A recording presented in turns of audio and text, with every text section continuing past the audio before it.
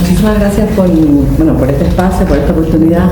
Creo que desmantelar la idea de que en Cuba existe independencia judicial es fundamental, porque durante años ha existido la creencia de la división de los poderes, de que el Poder Judicial es un poder independiente, y creo que espacios como este, para desmantelarlo, son de suma importancia. En cuanto a la investigación, esta parte de una idea central. La independencia judicial es una condición indispensable para el Estado de Derecho a nivel mundial y para la protección efectiva de los derechos humanos. Según estándares internacionales, toda persona tiene derecho a ser juzgada por un tribunal, y este tribunal tiene que ser competente, independiente, imparcial. La independencia judicial, y esto es muy importante porque a veces pensamos que es cosa de jueces, no protege, la idea no es que proteja privilegios internos de jueces, está diseñada para proteger a la ciudadanía frente a posibles abusos de poder, y en Cuba obviamente no funciona así desde hace muchísimo tiempo. En el caso cubano, esta investigación y el informe ha ratificado que esa garantía está estructuralmente comprometida. La falta de independencia judicial no responde únicamente a malas prácticas, a jueces malos, que también los hay, sino a un diseño institucional que subordina a los tribunales al poder político, y ahora lo veremos. El informe se basa en dos puntos de vista: el punto de vista formal, que es lo que está desde el punto de vista normativo establecido en las leyes que impiden digamos, el acceso a una total imparcialidad, una total independencia judicial, y desde el punto de vista práctico, que está apoyado en testimonio, y que creo que es uno de los puntos más importantes del informe, que otros jueces, otros juristas, otros operadores del derecho hayan sido capaces de brindar su testimonio de cómo les afecta desde su condición la falta de independencia judicial en Cuba. Entonces, volviendo al punto de vista formal, lo primero es la Constitución de 2019, que coloca al Partido Comunista como fuerza dirigente superior de la sociedad y el Estado. Y quiero detenerme aquí porque el artículo 4 y 5, que todos y tantas veces lo hemos analizado, de la Constitución no solo se aplica al sistema de tribunales, no solo se aplica a la Fiscalía, no solo se aplica al bufete colectivo, es una construcción jurídico-política que transversaliza toda la vida institucional de Cuba. Todas las instituciones están marcadas por una transversalidad de que el partido es la fuerza dirigente superior de la sociedad y del Estado. En el caso del sistema judicial, la propia Constitución permite al Consejo de Estado impartir instrucciones generales a los tribunales, define a los tribunales como órganos subordinados. La propia Constitución lo ve como órganos subordinados y no como un poder independiente, y a la Asamblea Nacional del Consejo de Estado, y obliga al Tribunal Supremo a rendir cuentas ante la Asamblea.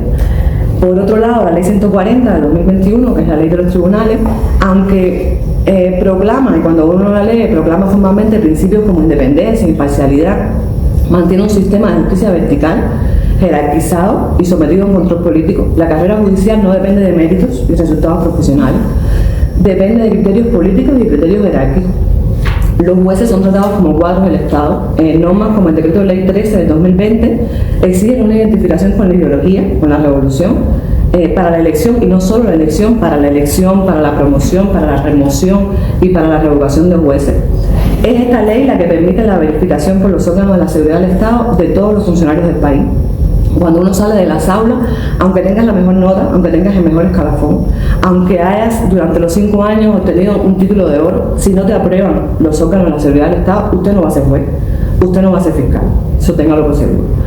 Al amparo de esta ley, los órganos de la seguridad del Estado ocupan cargos que se pretenden, al amparo de esta ley, los órganos de la seguridad del Estado emiten dictámenes con respecto a aquellas personas, era la idea, que se pretende ocupen cargos en el país, dictámenes que además son de carácter secreto y vinculante.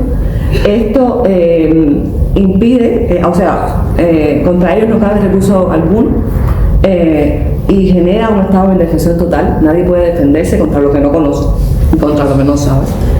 Y por último, en el tema formal, el problema no es solo quién nombra a los jueces, que ya lo sabemos en la Asamblea, sino qué pueden juzgar.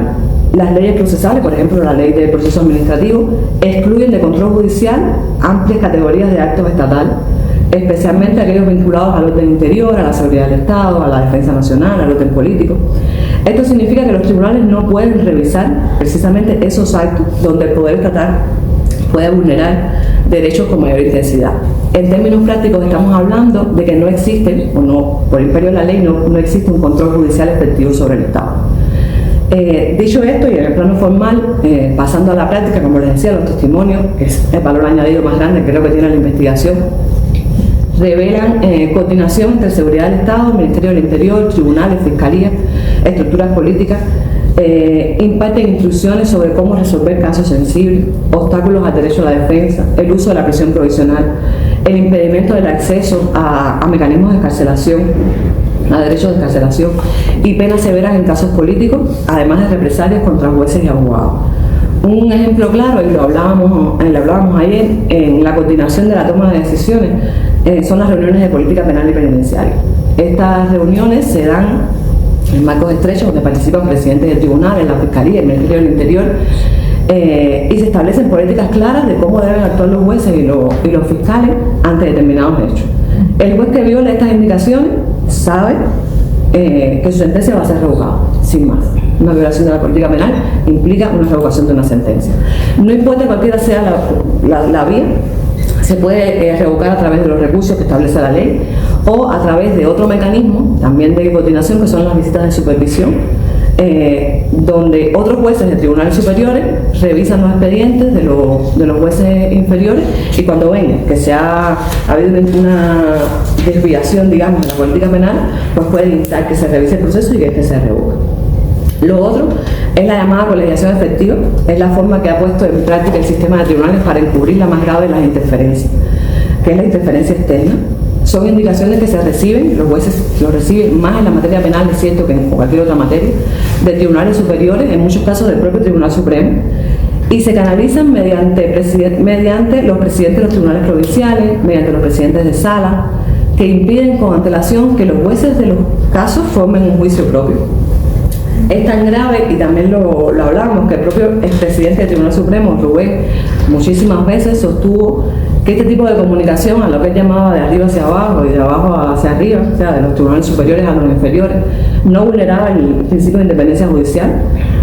Una tesis que durante años apoyó y avaló la academia, incluso se impartía en las universidades cubanas, y de hecho fue la tesis de máster del propio Rubén, que el tema de colegiación no violaba la independencia judicial. Y cuando uno hace el informe, yo me pregunto, ¿cómo llegan a los tribunales los casos de José Daniel Ferrer, de Luis Manuel Otero Alcántara, de Michael Osorbo? ¿Cómo se enteran los ponentes que se va a celebrar en un juicio contra estas personas? ¿Y por qué casos mediáticos o de interés nacional los asumen muchas veces jueces impuestos por la dirección y no al que le correspondería, de normal por el turnado? Decirles que esos jueces son elegidos porque son confiables y porque están dispuestos a ejecutar órdenes que ya vienen determinadas desde arriba y no a respetar las garantías. Esos casos vienen con instrucciones claras desde la jerarquía y peor aún desde instituciones externas, ajenas a los tribunales. Y las decisiones muchas veces están tomadas desde muchísimo antes, e incluso de que el juicio se celebre, de manera que este se convierte en una mera formalidad. Luego, vaya usted a donde quiera que la decisión no va a cambiar y la práctica en la vida lo ha demostrado en múltiples ocasiones. En definitiva, el informe demuestra que la independencia judicial no puede medirse solo por declaraciones formales de la ley, o sea, no solamente está en lo legalmente establecido. Hay que observar quién nombra a los jueces, quién puede removerlos, qué actos puede controlar, qué presiones reciben, qué ocurre en los casos políticamente sensibles.